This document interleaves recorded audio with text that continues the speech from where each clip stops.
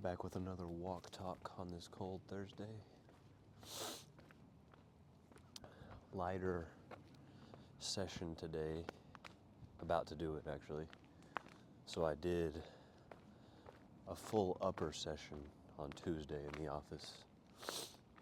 Back and chest. And then legs on Wednesday. And I didn't get to do any arm volume, so biceps or triceps. So that's what I'm about to do after this walk. Bicep tendon is still bothering me a little bit. Or not today, I haven't noticed it, but overall. So I'm gonna ease into it, see how it feels.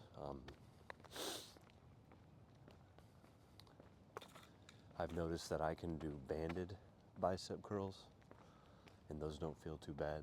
So worst comes to worst, just do a bunch of banded bicep curls. They're not optimal because they don't work as much of the stretched portion of the curl, because the way resistance bands work is it's lightest whenever it's the least stretched, and the more you stretch the band up, the heavier it gets. So on a bicep curl, on a banded bicep curl, the further you get to the contracted position, the heavier it gets. So it's getting heavier as you contract. So it's lightest whenever you're at the lengthened position, which is probably the reason it doesn't hurt, because there's no tension at the lengthened position. So even though it's not optimal to not work the lengthened position, it's even worse to not work the bicep at all. So if I must, I'll do some banded bicep curls. And then triceps, nothing wrong with that, knock on wood. Knock on tree. But triceps will be tricep pushdowns and then maybe some overhead work. Other than that, did shoulders on Tuesday as well. I always start any chest day with shoulders, so I started off with shoulders. Decided to do the upper day because I want to test out. So recovery hasn't been the best, so I want to test out 2 rest days a week. So upper, lower, then push, pull legs. So upper, lower. So rest Monday, upper, lower, rest Thursday. Or today isn't really a rest day per se, because I'm still doing triceps and biceps. But it's such low tax on the central nervous system that there's not a lot of fatigue doing triceps and biceps. Since I have chest tomorrow, I'm probably not going to go too hard on triceps. Like, if I do 4 or 5 sets of triceps today, that's not going to take away too much, if anything at all, from pressing strength. But I don't want my triceps to be sore going in to a chest day. So, not as hard on triceps today, and I don't even know if I can go hard on biceps yet. So that's why it's basically a rest day for all intents and purposes. Of course, started off the day with cardio. Weighted vest on an incline treadmill. I usually like to do the bike, but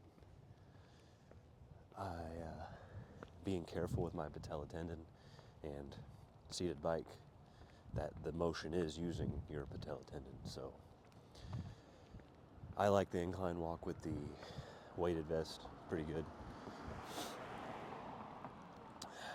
But yeah, trying to get started with 20 minutes a while back, 25 minutes now, probably gonna go to 30 minutes soon. I don't do cardio for performance, so I'm not trying to be the cardio master. Like, I'm not trying to make gains in cardio. So 25 minutes is good enough for the heart health. That's the reason I do it, heart health, trying to keep the heart healthy. But I might bump it to 30 soon. 30 is probably the max for me. I don't see any benefit past 30 unless you're trying to burn more calories for fat loss. And that is not what I'm trying to do right now. But trying to keep the heart rate around 130, 25 to 30 minutes, perfect for heart health. And then, yeah, tomorrow starts push, and then pull on Saturday, then legs. So I'm gonna try out this 2 rest day a week thing for a minute, see if that helps recovery. So upper day on Tuesdays will consist of chest, shoulders, and back. And Wednesday, leg day as usual. So you'll notice my Tuesdays and Wednesdays are not at the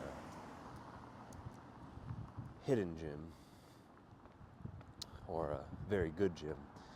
It's because I'm doing my workouts Monday through Wednesday, or for now Tuesday and Wednesday at the office, because at my job I go to the office Monday through Wednesday.